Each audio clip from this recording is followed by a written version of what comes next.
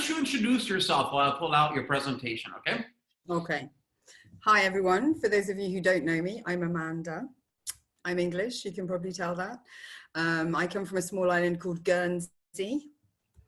And, well, why am I here in Rome? Well, I like the Roman stuff. You know, Roman history was my my interest. But because I lived on a small island, then I went to work in a bank like everybody else on the island of Guernsey, being an offshore tax haven.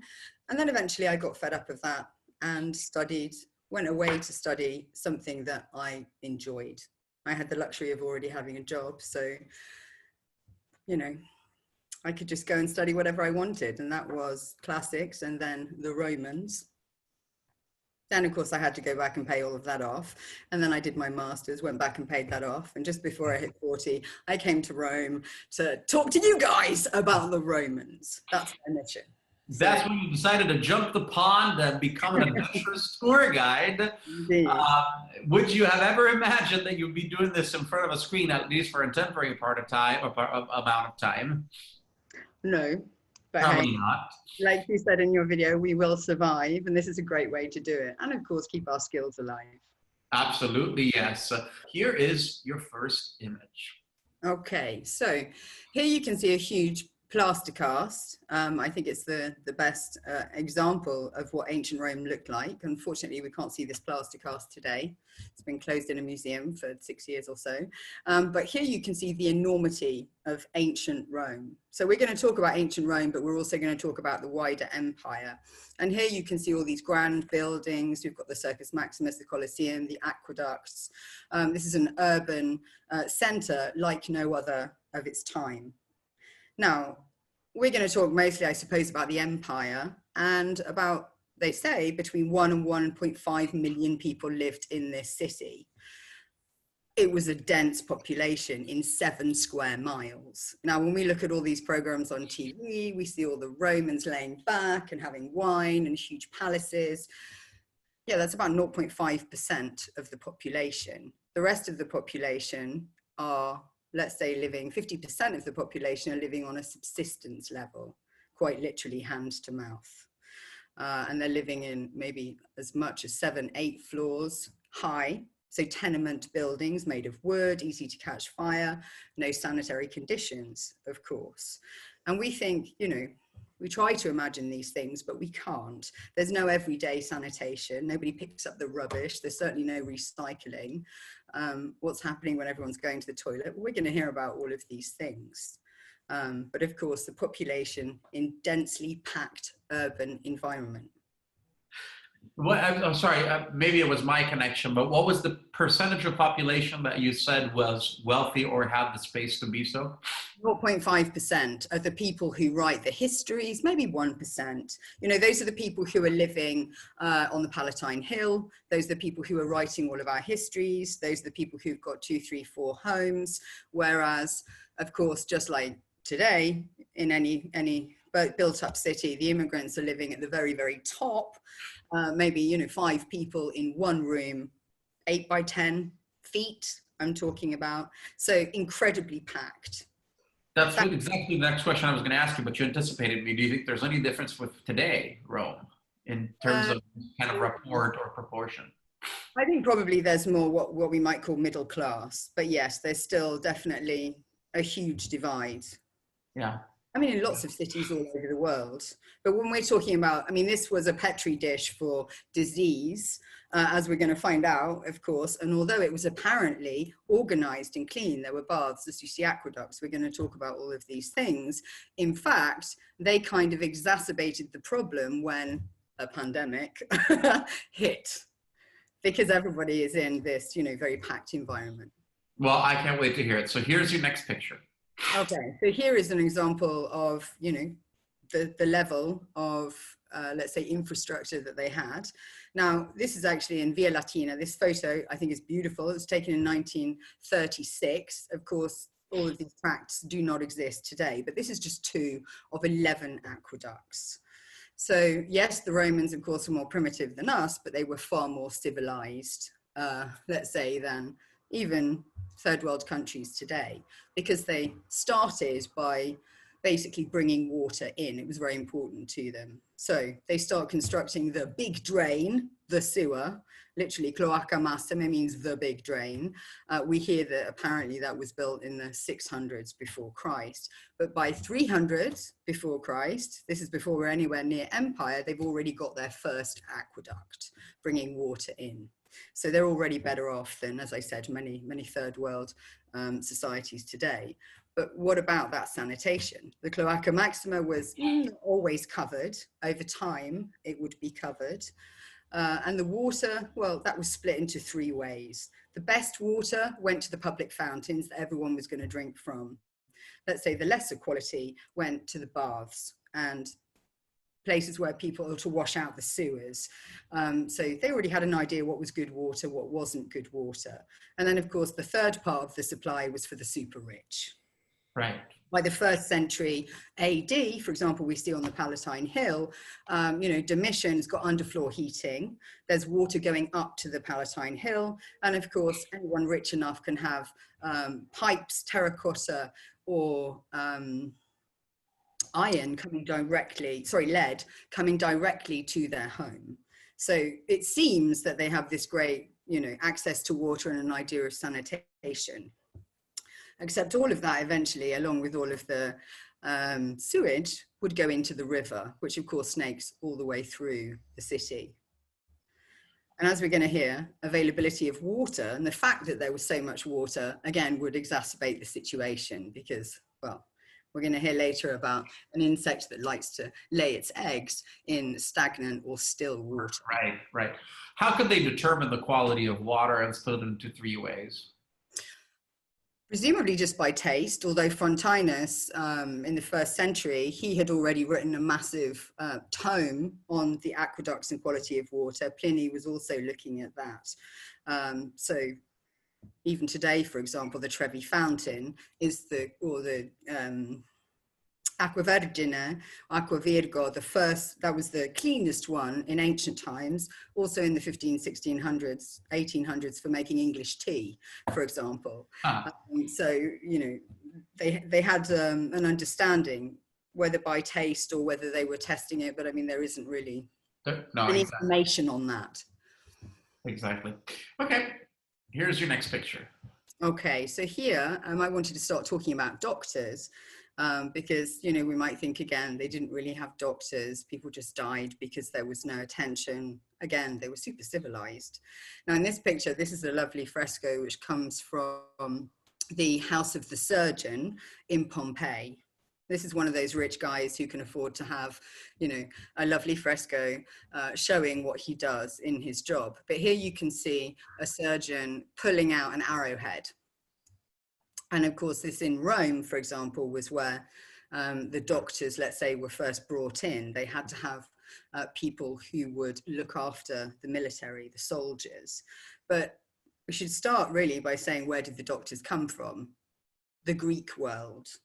So, Greek science, medicine, Hippocrates, of course, was Greek in the 4th century BC, the Hippocratic Oath named after him. So all of that was incoming. We can't say the Romans invented stuff. They like to borrow. And of course, a lot of the doctors, physicians, teachers, all of these people might come as slaves or as traveling tradesmen, let's say, as a guy called Galen, who we're going to hear about. Galen comes from Pergamum, which was, the Beverly Hills, let's say, of the medicine world.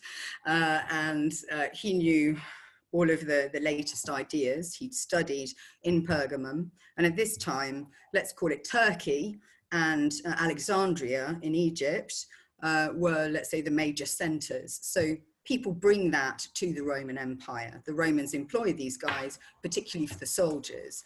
And of course, because you've got the military is all over the place in ancient Rome and the ancient Roman Empire, then at least you've got an availability of some kind of hospital. What about ordinary people? Well, yeah, if you're the 50% that live on the subsistence level, then, maybe a guy down the road who's going to give you a poultice that may or may not work, or it might kill you. So you don't really have access to it. But certainly if you had money, then you can just consult the family physician or a physician of a friend, you know, another senator knows a guy, and people of that level would have access to some kind of medical care. Now, it's important to realize also treatments could be fatal. So all kinds of drugs that, or medicine, I should say, that they were making up. I mean, for example, bathing a baby in urine to apparently give it some kind of protection. Immunity, Let's call it an immune system. I mean, the person whose urine you dipped it in had to have eaten cabbage, and this was according to Cato the Elder. So I don't know what you think about that, but I don't think urine of someone who's drunk cabbage is going to save your baby. It might even kill it, right? Maybe drinking gladiator's blood, either for, well, let's say Viagra, or as a cure for epilepsy, or maybe a pill that's going to help whatever, but that pill has been made with a little bit of lead, it's nice and sticky, and it makes the pill form. So you might have some really nice, nutritious, good for you stuff, but then you've got this nasty metal element that, again, could kill you.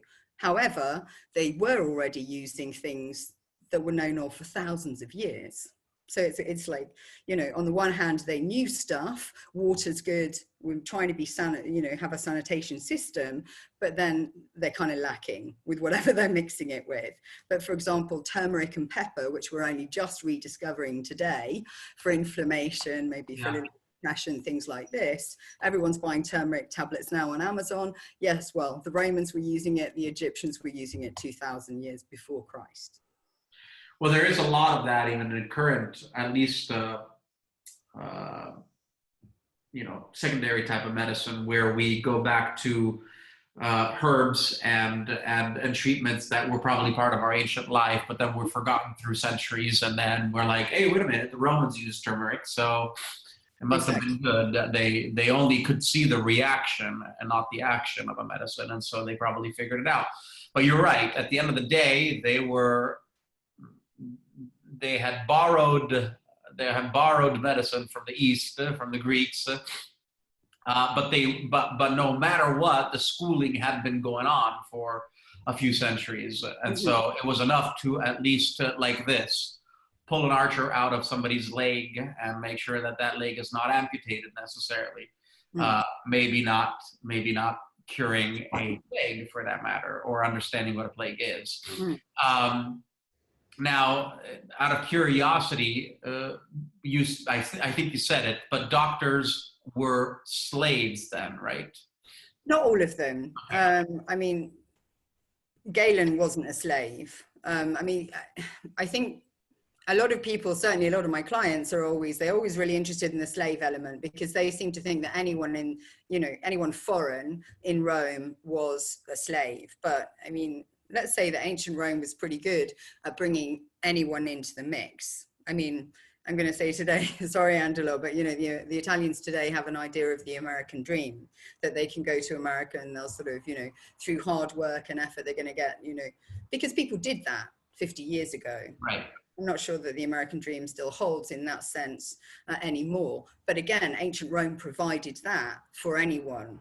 Right. It was a meritocracy far more than, well, let's say, you know, Italy today, for example. But if you had a good skill, if you could be noticed, then you could go far. And again, if you were a slave and you're being brought because you've got medical knowledge, you're not the same as a slave who's working out in the fields, who's going to be beaten and probably die within 3 weeks, 3 months. So my next question would have been, would they, if they were not slaves, would they have become wealthy or middle class or even higher level within the community, within the society? Would they have been respected? Would they have had a comfortable life? Yes. Galen, certainly. I mean, as soon as Galen was, you know, pretty famous before he came to Rome. He came to Rome in the 140s. We're going to talk about him later.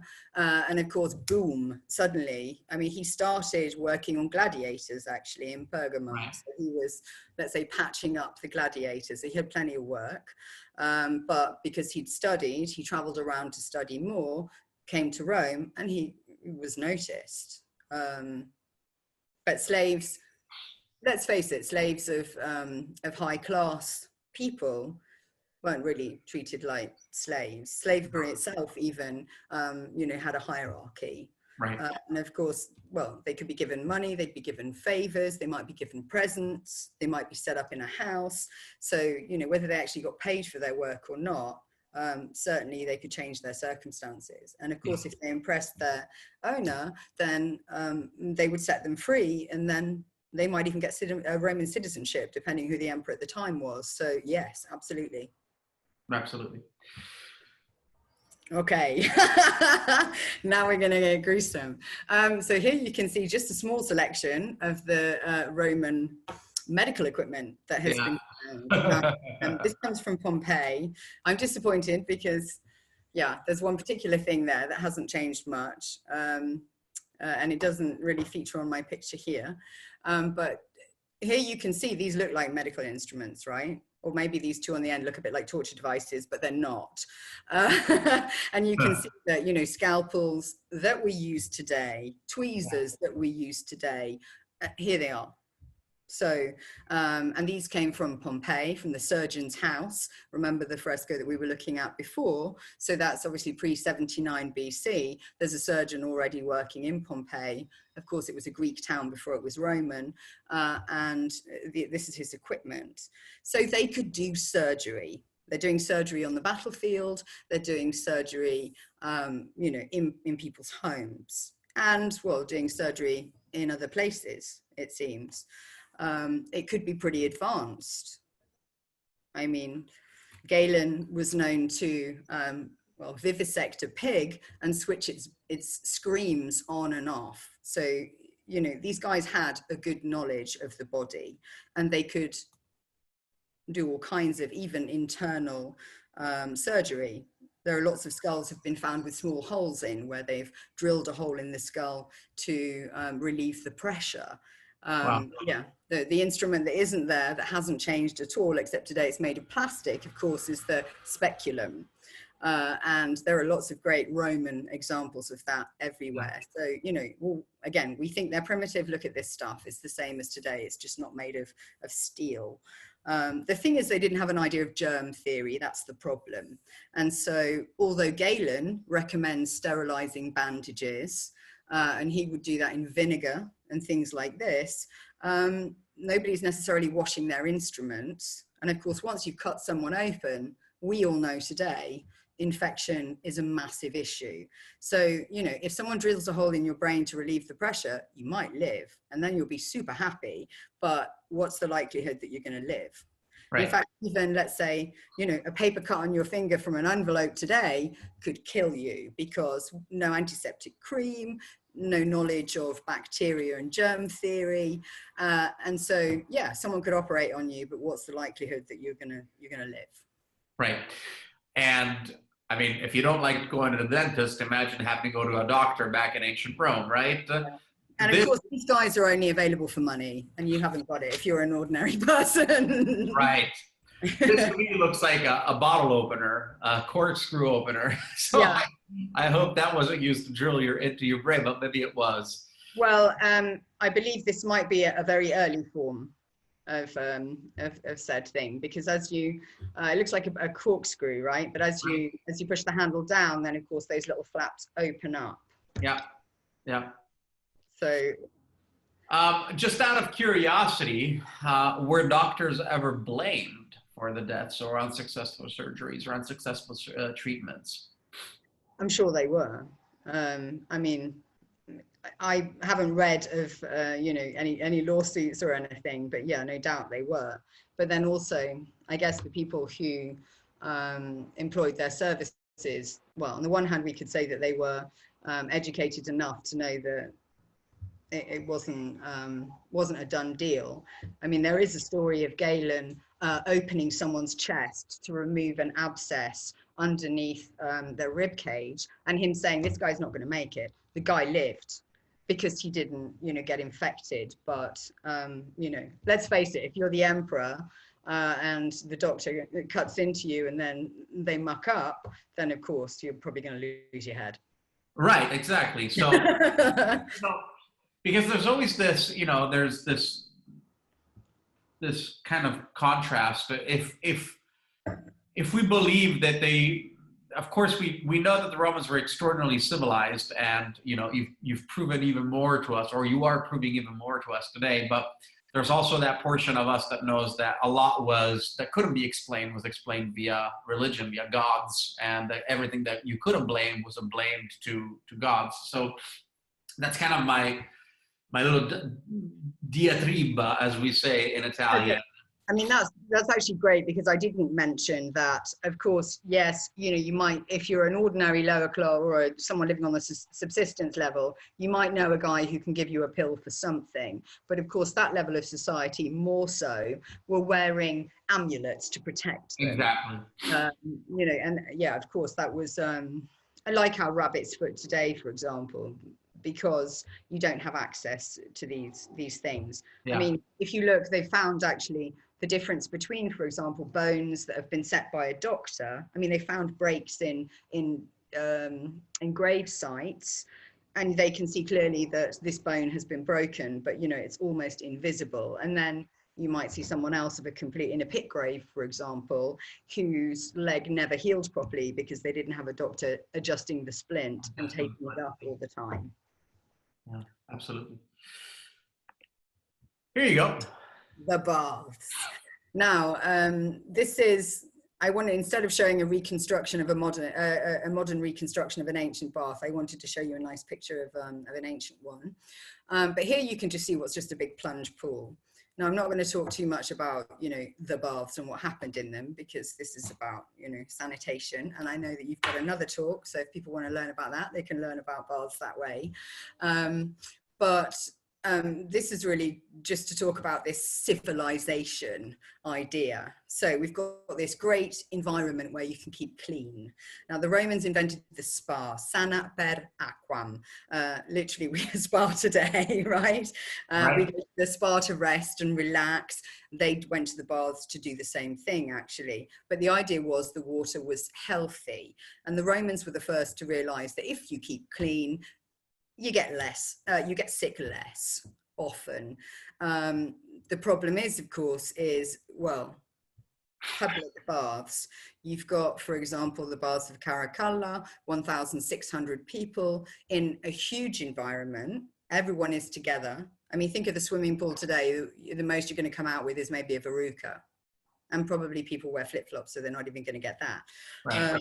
Whereas here, you've got an incredibly humid environment, because you've got different rooms. You've got the cold room, you've got the tepid room, you've got the super hot room, you've got a sauna room, depending on these really big baths. So everybody's jumping in and out of the same pool. So the doctors would tell you to go to the baths. You should have more relaxation, more spas. It's a great thing to do. But because there were lots of people and it was a humid environment, of course, germs and bacteria and verrucas could spread. But how often was the water changed? Now, lots of them, it's not really clear how the water was changed, if it was changed in a day. And before they had male and female divided bathing, then they had people just bathing at different times of day. So the super rich, upper class, going when the water's nice and hot and clean. Then you've got whoever else, and then at the end you've got the slaves and the women. So, working class people got, the nasty water that everyone's already... Clearly didn't change the water throughout the day at that time then. No, because we can't, some baths, it's not even clear how. It's not like it's a huge plug hole. Right. I mean, I've seen a lot of, Roman bath archaeology, and, Ostia, there's no plug hole anywhere. Ahmed can talk about that later if he wants. Maybe he's seen a plug hole, I haven't. So the water isn't getting changed, but more importantly, everyone is sitting in there. The doctor sent them there. So you're going to be sitting in there, ooh, nice water, maybe a bit of splashing something water, and then suddenly you see some scabs just floating past you, or maybe a nice bandage with, like, somebody's got a huge fetid boil that, they've put a bandage around, and that comes off, and that's just floating in the same water that you're sitting in. So yes, on the one hand, bathing is really important. Bathing 3 times a week is wonderful. It's really civilized. However, you're bathing in everybody else's scum. Yeah. Let's not forget also the baby pool I mean, the baby pool is warm because it's a baby pool, but the baby pool also is always a little bit yellower than the other pools, right? Because everyone's peeing in the baby pool. Sorry. Everybody out there has got kids. So, you know, you've got that problem too. Yeah, absolutely. Sorry So if I grossed you out there. theoretically, in some parts of the day or some parts of the year, for that matter, even depending on level of humidity or dirtiness of water or amount of people in there, theoretically, going to a place where you were supposed to get healthier via water, you potentially could be getting or you know, sick via water without knowing, without realizing. And the problem is that the doctors could cure, but they couldn't prevent, right? Yeah. Prevention is something that nobody knew that anything could spread in that way. I mean, when we get to toilets, it's going to get even more graphic, as you know. I mean, one thing is interesting, though. The Romans thought it was a sanitary environment. And what I mean by that is, for example, the baths of Caracalla, they found an extraordinary amount of teeth. Now, people aren't just losing their teeth in the baths. Somebody is pulling teeth. You've got a dentist working in one of the corners who's pulling teeth, either because they think it's a sanitary environment or possibly because it's easier to wash the blood away once you've yanked that tooth out. Yeah. But that's my point. Prevention is something that is invented in the 20th century. Yeah. You know, in the era of vaccines, antiviral medicines, etc., like that. This is our era. This is our century. Back in the day, 2,000 years ago, the most prevention they could think was, well, go and bathe, go to the spas 3 times a week, and you'll feel better, without knowing actually that what you're saying is that this potentially could be detrimental, potentially, because really, honestly, it's a statistical examination, just like we're living today. I mean, you could actually find some benefit, and maybe they did, but there was a statistical evidence that they were collecting virus and bacteria. Yeah. I mean, yeah, I'm sure it did good, but also it could do bad things. Exactly. So here we have a Roman toilet. Now, this is my favorite archaeology, my favorite part of, apart from the brothels in Pompeii. This is one of my favorites because, well, it's pretty obvious what it is, right? It's a public toilet. Okay, today our public toilets are separated with a piece of wood, so we don't all just sit there and chat to the person next door. But this also shows a level of extreme organization, surely, and an idea of sanitation and an idea of trying to, you know, ensure that people don't just go to the toilet in the street, for example. So, and this is actually the best preserved public toilet, forica, latrina, whatever you want to call it, in Europe. So I love it. Anyway, you put your bottom over the hole. That's kind of obvious, I guess. Some people will have heard this before, of course. And of course, you use the hole. And whenever I ask people what's the front hole for, they invariably say that's for someone to urinate into. And I always say to them, what, really? You're sitting there doing a number 2 and someone's urinating in between your legs? No.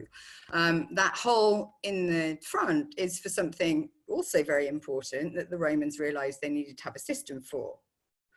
And this is to wipe yourself afterwards. Now, today we don't really know exactly how it worked, but there was a stick with a sponge. That's as much as we know. Now, some people put, you know, a sponge on a stick and have a little bit of string. Some people have suggested, like the sponge that you buy to do your dishes, it's a hole, not plastic, but it's got a hole and you put fresh sponge through it. So anyway, that is for you to lean in with your xylospongium or your poo stick, as I call it, and you can wipe your bottom. Okay, so when you're done with your poo stick, you can see right in front of it, there is a channel, and that channel had fresh running water. The channel, exactly. Yeah, sorry, I'm pointing at it, but I forget pointing at it. So that channel would have fresh running water coming through it for the very purpose of you either rinsing your hands or your poo stick. Okay, when you're done with your poo stick, you stick it in a jug of vinegar. Now, the Romans here have realized vinegar is an astringent. So they're trying to be clean. They've got an idea. You know, They clearly got an idea, but not. Because at the end of the day, sharing the same poo stick as someone else is likely, even if you have washed it in fresh water and stuck it in a bowl of vinegar, it's probably still not terribly hygienic, let's face it. Right. None of my clients ever want to think about the idea of using a poo stick, because of course we have paper today. But let's face it also, if you go to India, there's no toilet paper. Exactly. If you go to Arab countries, people use their hands because they have a way to wash immediately afterwards. And of course, paper with a whole load of excrement on it will bring flies and all kinds of nastiness, which leads me to how unsanitary these really were. Because although the excrement which goes into the channel underneath is washed away, you can of course rinse your poo stick or whatever, there is still a certain amount of fecal matter, bits of poo, just sort of, you know, hanging around. Plus you've got flies, you've got rats, and not to mention, well, all kinds of nasty parasites living in people's intestines that you might be passing on through sharing a poo stick. The Romans knew this, because as you can see on the right hand side, which I'm now pointing out but nobody can see me pointing, is a lovely fresco from the corridor of a toilet in Pompeii. Now I'm going to be a bit naughty here, ladies and gentlemen, and use some naughty words, but this is graffiti. Here we can see on the right hand side the goddess Isis, an Egyptian goddess, but she came to Rome, well, 2nd century BC probably. Health, childbirth, she protected people against those things. On the left we can see a little man there squatting to go to the toilet, so to do a number 2. And he's protected by snakes. What's most important, however, is what someone has scratched in, maybe with their dagger or something above. And basically it says, "Cacatore cave malu." You can just see it above there. And that says, shitter beware. Shitter beware evil. Malu is evil. So the idea here we see is, okay, there are these great public toilets and they enable you to do your business and it gets washed away, but clearly from that graffiti, they knew it was not a great environment. Yeah. Also, as an aside, this "Cacatore cave malu" is also used on people's graves later on, basically passing a curse on anyone, as if, you know, you pee or shit on my grave and I'm going to send some bad things your way. Now, the latrine, the public bathrooms, were they common just around the street, or were they inside the baths, or were they inside palaces? I mean, how common were the latrine for people that don't know? Okay, so for example, in Ostia, I mean, in Rome we can't say because we haven't got, well, there's a public toilet in Largo Argentina, but you can't get down there to see it. But let's say they were usually in places like the baths, or this is from the Forum Baths, which is right next to the major place of business.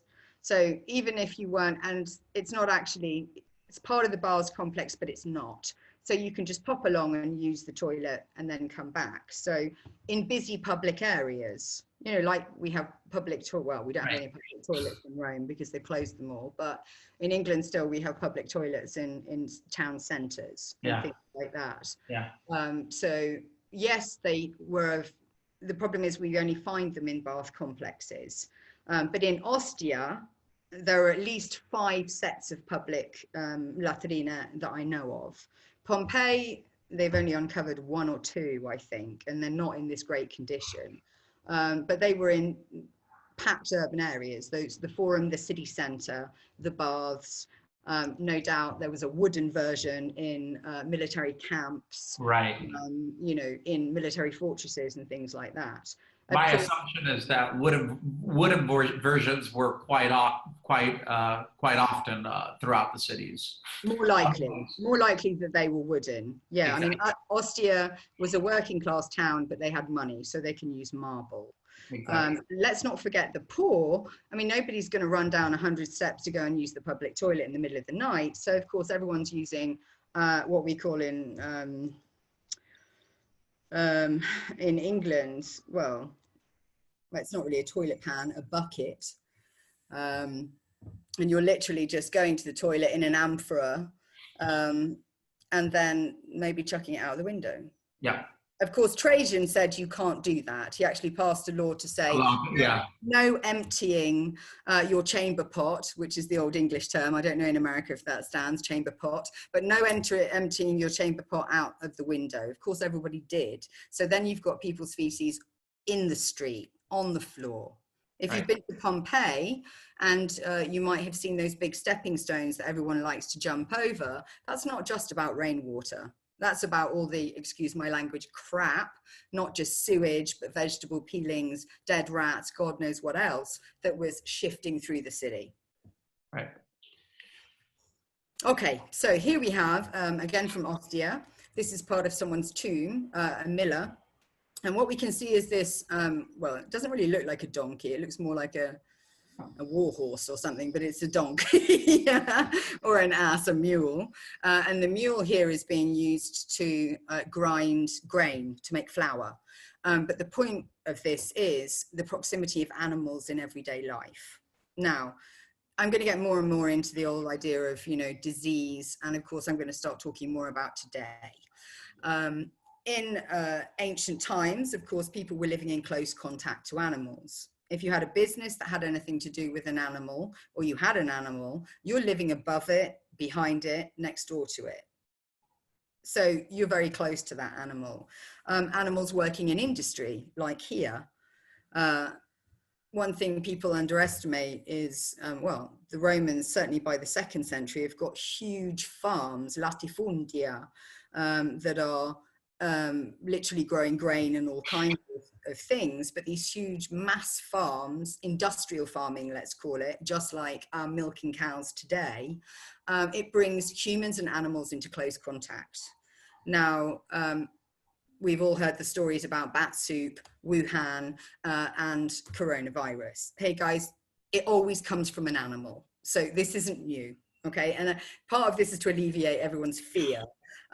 Because whether it's someone catching something from the cow that they're milking, or someone catching something from their donkey here, that close contact, and of course the packed urban environment meant you couldn't escape coming into contact with things, diseases, viruses, parasites from animals. And of course, viruses from animals then change.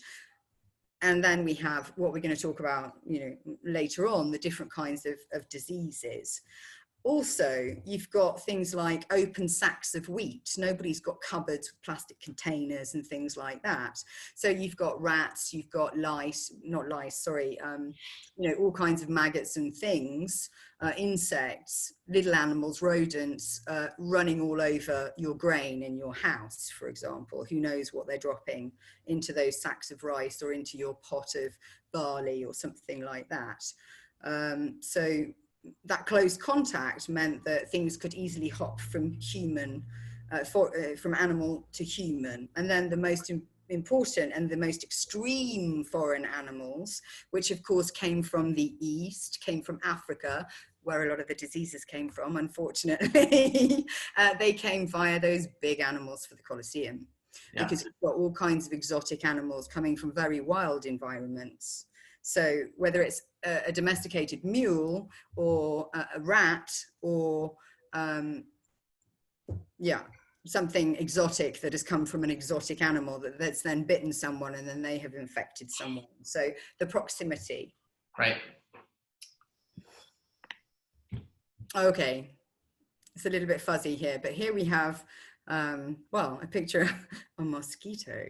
And this, so we're going back to the animal world, but also now I wanted to start talking about what kind of, you know, diseases or ailments did the Romans have. This image is one of the major killers in ancient Rome. And if I can say in Italy, up to Mussolini. Now, I know I'm not Italian, you know, I know that everybody hates Mussolini, but he did do one thing. He finally, after about 3,000 years, rid Rome, Italy of malaria. I'm embarrassed to say that I didn't really get it until fairly recently, that malaria, of course, in Italian is malaria. Now, bad air. Now, again, I'm sorry, Angelo, and the other Italians listening. The Italians still today have a thing about air, right? Moving from hot to cold environments, called badaria. But anyway, the name malaria comes from bad air. And actually, that's what we hear in the sources. All of the rich people who could lived on high ground, so that they weren't in the swampy environments of the, down in the valleys where malaria was rife. And now we get to that water supply that we've been talking about. The Romans were so sophisticated, they brought water in everywhere. That means there's probably buckets of water, puddles, all kinds of vessels with water, where of course this lady, I'm sorry I have to call her a lovely lady because it's the female mosquito that brings the disease. So, that's how she breeds, let's say. Right. And it's well documented in Roman sources. Rome had awful air, bad air. So anyone who was rich enough lived on the hills all the time. And then in the summer, in autumn, which is when the air was the worst, they would go away to the sea and get away from Rome. And that's because, of course, our climate's very different today. But in July and in March, they had very heavy rains in Rome. I mean, I could have called this climate change. I didn't want to bring that in either, but these diseases, climate change, it's all interlinked. So they had heavy rains, and the month after, everyone dies. The Romans had no idea that this little baby was causing it. They thought it was the bad air. But of course, this also shows us, what about all the other insects? The fly. I mean, I don't know if, well, I didn't ask if we had any, I don't think we've got any kids, but if you don't know how the fly works, the fly lands on something, it uses its proboscis, it vomits onto your food, and then it sucks it up the straw. So, whether it's food or poo, that fly is also possibly an insect that's contaminating. So malaria was a massive killer, but you also had other things like ordinary measles, seasonal things. Malaria was seasonal. Flu, or let's call it winter pneumonias and things like that, were seasonal. But when we get on, to the major things, then they are not seasonal, of course. But Rome had always suffered from malaria. And now there's new evidence, thanks to the University of Rome in 2011, that actually there was a very deadly strain of malaria that was brought at the beginning of the empire, very possibly from one of those exotic animals. And that made it even worse for Rome. I mean, even in the 1500s, Caravaggio, apparently, they say, had malaria on and off. So, insects and them being able to pass things, these are the major killers. Also, as I said, intestinal things, parasites, even measles could kill people because they had no immunity. Yeah. Okay, Marcus Aurelius. So this is really to talk about the Antonine Plague, because we've talked about seasonal stuff. We've talked about all of these, amazing ways that they had to maybe keep themselves healthy. But what happens when something comes from a foreign source and it meets the Roman Empire? Well, it kills everybody, roughly 20% of the population. So the Antonine Plague, this is Marcus Aurelius, who was emperor at the time of the Antonine Plague, called Antonine because he was of the Antonine family. But basically it came about 159 to 180. So not only did it hit Rome, it hit the whole empire, and then it came back again, which is of course what happens with these kinds of diseases, plagues, viruses, whatever you want to call it. Now, Galen, our doctor that we talked about, he was around at this time. And thanks to him, we have an astonishing level of knowledge, even a 32-day cycle of how the Antonine Plague affected people. He talks about black scabs, coughing, all kinds of neuralgia, let's say. But what's interesting about the Antonine Plague is because of the Roman sophistication, the Roman connectivity, the roads, the waterways, the traveling soldiers, politicians, and traders, literally any kind of infection the Antonine Plague today, they think was smallpox or a variation of smallpox. So that quite literally hit. And thanks to that network of civilization, urbanization, it spread all the way across the empire. As I said, killing about 20%. 50%, yeah. Mm. Yeah, I mean, that's kind of, and obviously they couldn't know because they wanted to continue to live their freedom and their liberty, and I'm hitching at a few things. They couldn't know that quarantine and lockdown could have been a solution, you know? Absolutely. They had no idea. They wanted to continue to live their lives, continue to live their commerce, continue to live their travelings, continue to live their political life, continue to conquer potentially and expand without knowing what the consequences really truly were, you know, because they had no clue. Maybe they were blaming the gods or something like that for something, you know? Well, certainly at that time, and then something that comes later, of course, that time is just when Christianity, and this is something I realized recently, is when we start to see the catacombs coming about, 160s, 170s. And it turns out that Marcus Aurelius, I mean, on the one hand, they were struck very badly with this disease, but thanks to the urbanization and the connectivity which actually made them sick, we could argue, because in Rome particularly there were a lot of these large buildings, they could be turned into impromptu hospitals, right? Like we've seen happen in London, in Manchester, in New York, you know, everywhere. And Marcus Aurelius paid to bury people. So, you know, he saw it as his duty to, you know, to take things on board and to try and get medical, not teams, support. But doctors from the army to come into the city to try and help. I mean, some people argue that he actually died of the plague. They say natural causes after a fever, and he died in what we call, I suppose, Eastern Europe today. But he may very well have died from the plague that bears his name. right. Of his own name. Here's your last picture. Okay, my last picture. Now, when the Antonine Plague came, everyone knew it was coming. They knew it was coming because, of course, traders had just passed through places like Egypt. Remember I said a lot of these things always came from the east, from very subtropical environments.